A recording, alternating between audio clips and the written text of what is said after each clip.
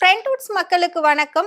இன்னைக்கு நம்மளோட ஷோல யார பத்தி பேச போறோம், எத பத்தி பேச போறோம் அப்படின்னா, கிட்டத்தட்ட பாத்தீங்கன்னா KH அண்ட் RK இவங்களோட ரீயூனியன் மூவிய நாம எப்ப பார்ப்போம் அப்படின்னு சொல்லி அவங்களோட ரசிகர்கள்லாம் ரொம்பவே ஆவலா வெயிட் பண்ணிட்டு இருக்காங்க. ஆனா அது இப்ப நடக்குமா நடக்காதானே தெரியலையே அப்படின்னு சொல்லி பல பேர் ஏங்கிட்டும் இருக்காங்க. சோ ஆரம்பத்துல இந்த படத்தை சுந்தர் சி தான் டைரக்ட் பண்ண போறாருன்னு சொல்லியிருந்தாங்க. ஆனா அவர் திடீர்னு விலகிட்டாரு.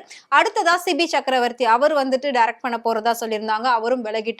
நெல்சன் இதை வந்து டைரக்ட் பண்ண போறதா சொல்லியிருந்தாங்க. பட் அவர் பண்றாரா இல்லையான்றது இனிமேல் தான் தெரியும். இன்னும் நிறைய டைரக்டர்ஸ் லிஸ்ட்ல இருந்துட்டு இருக்காங்க. யார் நல்ல கதையை வச்சிருக்காங்க அப்படின்றத பார்த்துட்டு இவங்க வந்து டிசைட் பண்ணி சொல்றதா சொல்லியிருக்காங்க.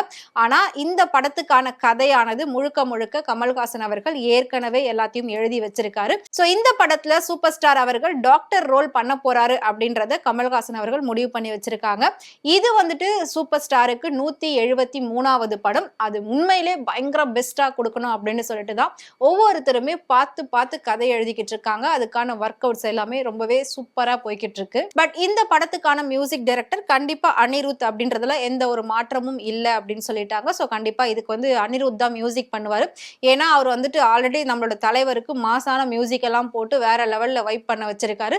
கண்டிப்பா இந்த படத்திலும் ஏன்னா 2 லெஜெண்ட்ஸ் ஒன்னா சேரும்போது மியூசிக் அப்படிங்கிறது இன்னும் அல்டிமேட்டா இருக்கணும் அப்படின்றதுக்காக வேற லெவல்ல வைப் பண்ண வைப்பாரு அப்படின்றதுல எந்த ஒரு சந்தேகமும் கிடையாது. அனிருத்தோட மியூசிக் உலகம் ஃபுல்லாவே பேசும். சோ அடுத்ததா இந்த படத்துல சூப்பர் ஸ்டார் டாக்டரா நடிக்கிறாரு அப்படின்னா, அதாவது மெர்சல் படத்துல விஜய் நடிச்சார்ல 5 ரூபாய் டாக்டர், சோ அந்த மாதிரி டாக்டர் கிடையாது. சோ இது வந்துட்டு முழுக்க முழுக்க ஒரு அதிரடி குடும்ப கதையா தான் இருக்கும் அப்படின்னு சொல்றாங்க. அதாவது எமோஷனல் குடும்ப கதையா இல்லாம அதிரடி சண்டை காட்சிகளோட அதிரடி திருப்பங்களோட இருக்கக்கூடிய ஒரு குடும்ப கதையா இருக்கும். அதே நேரத்துல மக்களுக்கு சொல்ல வேண்டிய ஒரு சில தெளிவான கருத்துக்களையும் சொல்றதுக்காக தான் இந்த படம் அப்படின்னு சொல்லப்படுது. ஏன்னா இன்னைக்கு ஹாஸ்பிட்டல், மெடிக்கல், டாக்டர்ஸ் அப்படின்ற இந்த எல்லா விஷயமும் பிசினஸ் மைண்ட்ல போயிடுச்சு. ஒரு பேஷண்டா மக்களை பார்க்காம அவங்களுக்கான பிசினஸா பாக்குறாங்க அப்படின்ற மாதிரி தான் இந்த கதையை கொண்டு வர போறதா சொல்லியிருக்காங்க. சோ அதுலதான் டாக்டர் ரோல்ல வந்து சூப்பர் ஸ்டார் பண்ண போறாரு. சோ இதுலயே பாத்தீங்கன்னா நடிகர் சூர்யா வந்து இப்ப 48வது படம் பண்ண போறாரு. அந்த படத்துல சூர்யா டாக்டரா நடிக்கிறாரு. பட் அது வந்து 5 ரூபாய் டாக்டர் மாதிரி தான் அவர் நடிக்கிறாரு. அதாவது விஜய் பண்ண மாதிரியான ஒரு டாக்டர் ரோல் தான் அடுத்து சூர்யா படத்துல அவர் பண்ண போறாரு. சூர்யாவுடைய கருப்பு படம் இப்போ பயங்கரமான ஒரு வசூல் சாதனையை படைச்சிட்டு இருக்கு. மிகப்பெரிய ஒரு முக்கியமான படமா சூர்யாவோட கரியர்ல இந்த படம் பார்க்கப்படுது. சோ சூர்யாவோட அடுத்த படத்துல அவர் வந்து 5 ரூபாய் டாக்டரா நடிக்கிறாரு. அப்ப சூப்பர் ஸ்டார் இந்த படத்துல 5 ரூபாய் டாக்டரா அப்படின்ற மாதிரி கேள்விகள் வந்தது. அதுக்காக தான் இதை நான் வந்து கம்பேர் பண்ணி சொல்றேன். பட் சூப்பர் ஸ்டார் டாக்டரா நடிக்க போறது வேற, சூர்யா டாக்டரா நடிக்க போறது வேற. சோ இதுக்கு நடுவுல இந்த படத்தோட இயக்குனரா யார் இருந்தா நல்லா இருக்கும் அப்படின்னு சொல்லி அந்த மொத்த படக்குழுவுமே மிகப்பெரிய ஒரு தேடல்ல இருந்துட்டு இருக்காங்க. சோ இந்த படம் கண்டிப்பா இந்த வருஷம் பூஜையை போட்டு ஸ்டார்ட் பண்ணிடுவாங்க அப்படின்றதுல எந்த ஒரு சந்தேகமும் கிடையாது. இதுல முக்கியமான ஒரு விஷயம் என்ன அப்படின்னா, அடுத்து 2027 மே மாசம் லீவ்ல இந்த படத்தை கண்டிப்பா ரிலீஸ் பண்ணிடணும் அப்படின்ற மிகப்பெரிய ஒரு முடிவோடு தான் இந்த படக்குழு இப்ப இறங்கி ஒரு அப்டேட்ஸா கொடுத்துட்டு இருக்காங்க. ஏன் அப்படின்னா ஏற்கனவே கமல்ஹாசன் அவர்களுடைய தக் லைஃப் படம் ரொம்ப பெரிய அளவுல எதிர்பார்க்கப்பட்டது. ஆனா அது பெருசா போகல.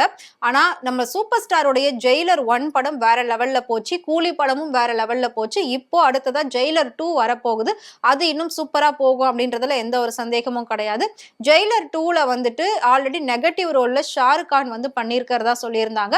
ஆனா இப்போ அந்த ஜெயிலர் 2ல ஷாருக் கான் அந்த கேரக்டர் பண்ணாம அவர் விலகி இருக்காரு. சோ அந்த இடத்துல வந்து ரித்திக் ரோஷனை போட்டிருக்காங்க. ஏற்கனவே சூப்பர் ஸ்டார் ஹிந்தில படம் பண்ணும்போது அவர் கூட ரித்திக் ரோஷன் குழந்தை நட்சத்திரமா நடிச்சிருக்காரு. இப்போ அப்படியே சூப்பர் ஸ்டாருக்கு அகைன்ஸ்டா, அதாவது வில்லனா வரப்போறாரு. சோ அந்த படத்தை பார்க்கிறதுக்காக ரொம்ப பெரிய ஆவலா சூப்பர் ஸ்டாரோட ரசிகர்கள் எல்லாருமே வெயிட் பண்ணிட்டு இருக்காங்க.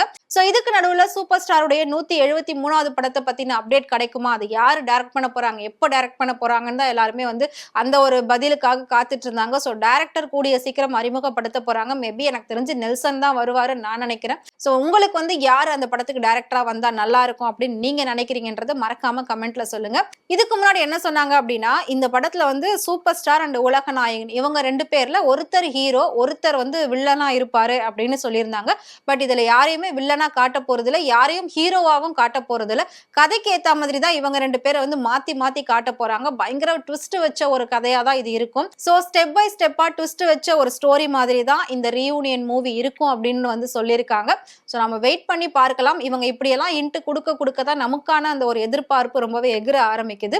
ஏன்னா சூப்பர் ஸ்டார் வந்து கூடிய சீக்கிரம் சினிமாவில இருந்து விலகுவாரு அப்படின்லாம் சொல்லிட்டு இருக்காங்க. மேபி இது அவருடைய லாஸ்ட் படமா கூட இருக்கலாம்.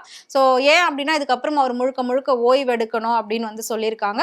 அதனால அவர் வந்து படம் நடிப்பாரா இல்லையா அப்படின்றதே வந்து மிகப்பெரிய ஒரு கேள்விக்குறியா இருக்கும். அதாவது இந்த ரீயூனியன் படத்துக்கு அப்புறம் கேள்விக்குறியா இருக்கும் அப்படின்னு சொல்லியிருக்காங்க. பட் அது வரைக்கும் இந்த படங்கள் கண்டிப்பா சக்சஸ்ஃபுல்லா போகும். இதுவே இன்னும் பல வருஷத்துக்கு பேசப்படும்.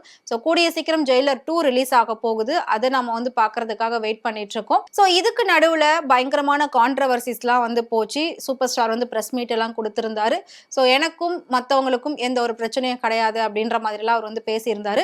இப்போ நாம முழுக்க முழுக்க சினிமா பத்தி தான் பேசுறோம். ஸோ அரசியலை நான் வந்து இதுக்குள்ள கொண்டே வரமாட்டேன். ஸோ நான் அரசியல் பத்தி இதுல பேச விரும்பல.